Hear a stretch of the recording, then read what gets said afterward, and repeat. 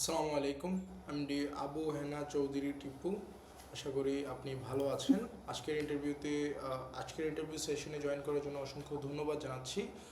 আর এই তো আমরা ইন্টারভিউটা শুরু করতে পারি। প্রথমে আপনার হুম। সম্পর্কে একটু শর্ট ইন্ট্রোডাকশন দেবেন যে হ্যাঁ এই তো। আচ্ছা, ওয়ালাইকুম আসসালাম। আমার কথা কি শোনা যাচ্ছে ঠিক মতো? হ্যাঁ, আমি ক্লিয়ারলি আপনার কথা শুনতে পাচ্ছি। ওকে, সো যদি আমার নিজের সম্পর্কে বলি, আমি মোহাম্মদ আবু হানা চৌধুরী টিপু।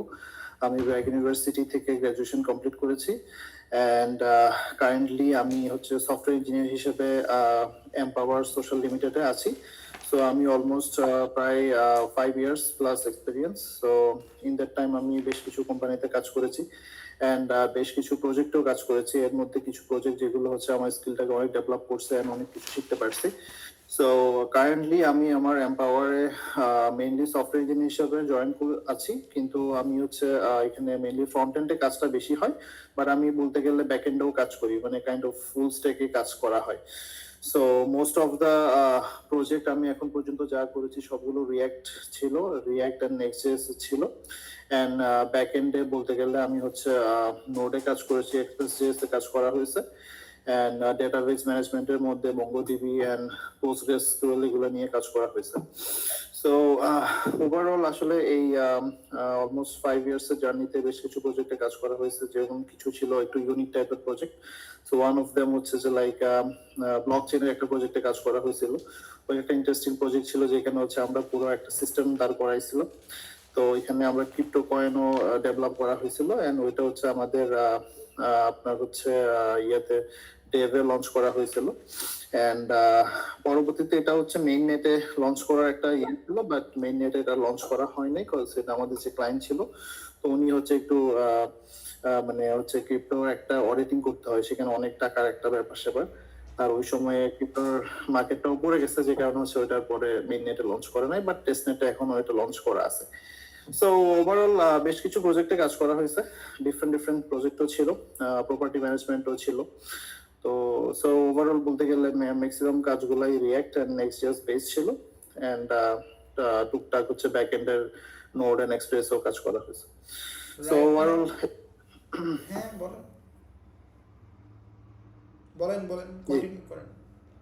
হ্যাঁ হ্যাঁ হ্যাঁ, ওভারঅল এতটুকুই আমার নিজের সম্পর্ক। ওকে ওকে, রাইট নাও কোম্পানি সুইচ করার বা জবটা সুইচ করার কারণটা কি? আচ্ছা, এখানে বেশ কিছু না, actually it's all about personal choice. আমি হচ্ছে আপনার শুরু থেকে আমি আমার অ্যাকচুয়ালি হোম টাউন ছিল অনেক।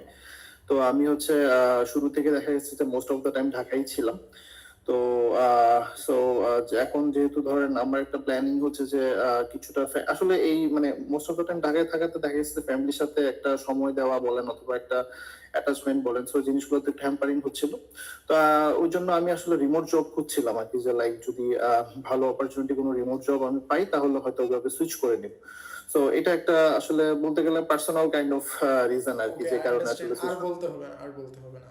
আমার এটা আমার ইন্টারভিউর কোয়েশনের মধ্যেও পড়ে না, বাট আমি জাস্ট জিজ্ঞাসা করে নিলাম বিকজ অফ, হ্যাঁ এটা অনেক ইম্পর্টেন্ট। আচ্ছা, যাই হোক, ধরেন আমরা একটা রিয়েল ওয়ার্ল্ড, যেহেতু আপনি ব্যাক এন্ডের উপর কাজ করছেন, ক্রিপ্টো নিয়ে কাজ করছেন, এটা দিয়ে আমি খুবই ইমপ্রেস হইলাম বিকজ আমি খুব বেশি মানুষকে দেখি না যে ব্লক চেনের উপর কাজ করতে বা ওই ধরনের জায়গাতে সুইচ করতে।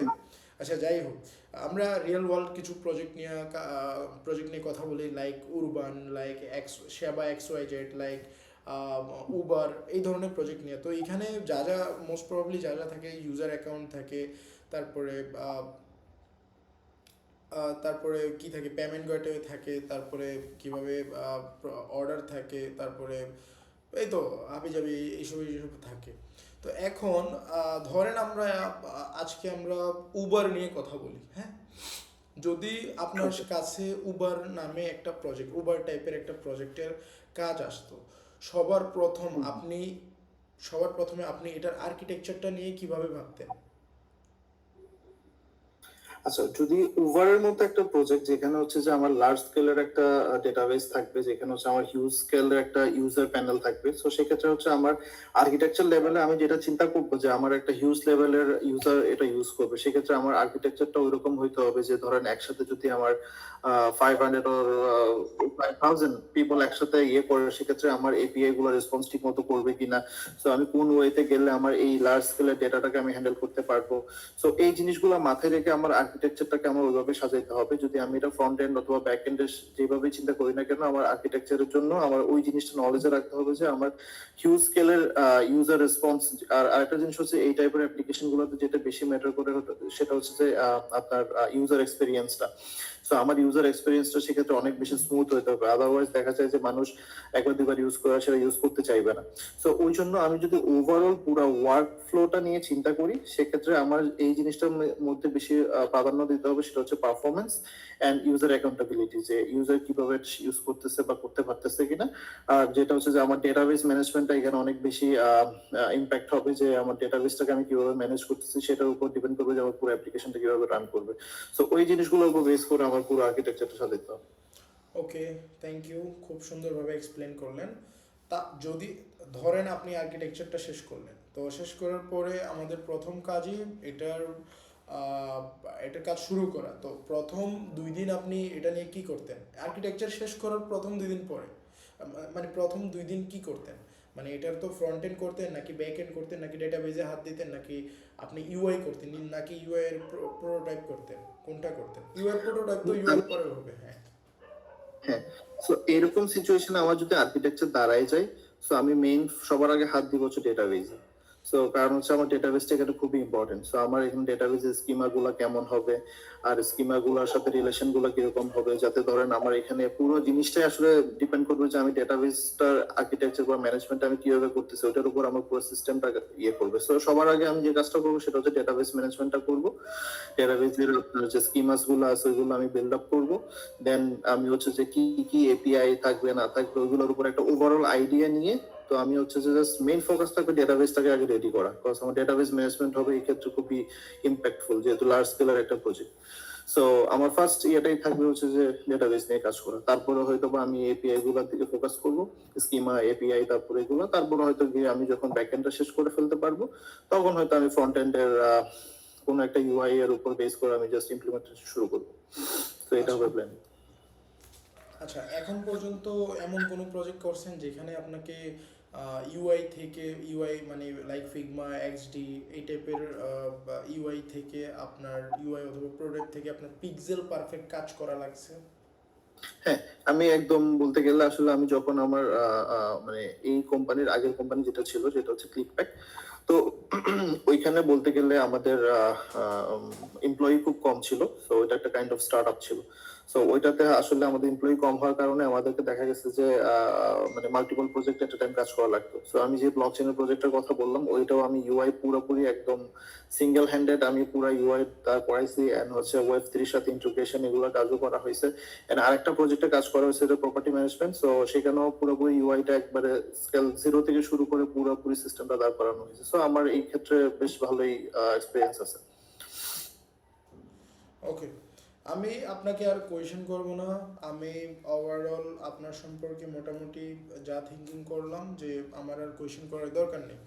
তো আমরা কোয়েশ্চেন্সের পার্টটা এখানেই শেষ করব। অ্যান্ড এই তো আমরা ইন্টারভিউটা এখানে শেষ করব। এই ইন্টারভিউ নিয়ে আপনার আর কোনো কোয়েশ্চেন অথবা মতবাদ থাকলে আপনি ক্লিয়ারলি করতে পারেন। হ্যাঁ, আচ্ছা, আমার হচ্ছে একটু কিছু জানার ছিল, যে সেটা হচ্ছে লাইক আমি আপনাদের ওয়েবসাইটটা একটু গো থ্রু করা ট্রাই করেছিলাম। সো সেক্ষেত্রে যদি একটু বলতেন মানে লাইক ওকে, কোম্পানিটার। ওয়েবসাইট নিয়ে বলি। আমাকে এখন পর্যন্ত যতগুলা ক্যান্ডিডেট আছে সবাই এই একটা জিনিস রিপোর্ট করতেছে, ভাইয়া আপনার ওয়েবসাইট তো কি, ওয়েবসাইটের এই অবস্থা কেন বা কি এটা নিয়ে কি। তো আমার 2023-এর পরে আমাদের পুরো কোম্পানিটা প্রাইভেট হয়ে যায়। আগে ছিল এজেন্সি, নিয়ন প্লাস এজেন্সি, তো নিয়ন সি দিয়ে দিছি আমরা নাম। তো 2023-এর পরে এই ওয়েবসাইট আর কখনো আপডেট হয় নাই। তো ডোমেনটা কাজে লাগে, তো এই ডোমেনটা ইউজ হয়। তো ওয়েবসাইট নিয়ে বলবো যে এটা আর আপডেট করা হয় নাই। নিয়ন সি একটি slash project developer company. Like কিভাবে আপনাকে বলি যে নিয়ন সি হচ্ছে যে এক্সপেরিমেন্টাল প্রজেক্টই বেশি করে, লাইক ব্লক চেন নিয়ে, লাইক বেশিরভাগ যদি ওয়েব টু প্রজেক্ট হয়, ওয়েব টু প্রজেক্ট, তাহলে বাংলাদেশি প্রজেক্ট, বাংলাদেশকে ডিজিটালাইজ করার জন্য যেই বিভিন্ন প্রজেক্ট, বিভিন্ন এই আর কি এই ধরনের প্রজেক্টগুলো নিয়ে বেশি কাজ করে। আর কিছু সার্ভিস বেসড প্রজেক্ট আছে আমাদের, যেগুলো অলরেডি মার্কেটে সার্ভিস দিচ্ছে। তো এই আর কি এগুলোকে মেনটেন করা এবং এগুলোর উপর এক্সপেরিমেন্ট করা, এটাই নিয়ন্সির মেইন গোল। এবং এই তো আপনি আপনি যদি একজন ধরেন আপনি একজন নিয়ন্সির এমপ্লয় হইলেন, তো যদি আপনি একজন এমপ্লয় হন, তাহলে আপনার সবার প্রথম যেটা আপনি পাবেন সেটা হচ্ছে যে ফ্রিডম। আপনি ফুললি ফ্রিডম পাবেন নিয়ন্সি থেকে, সবার ফার্স্ট।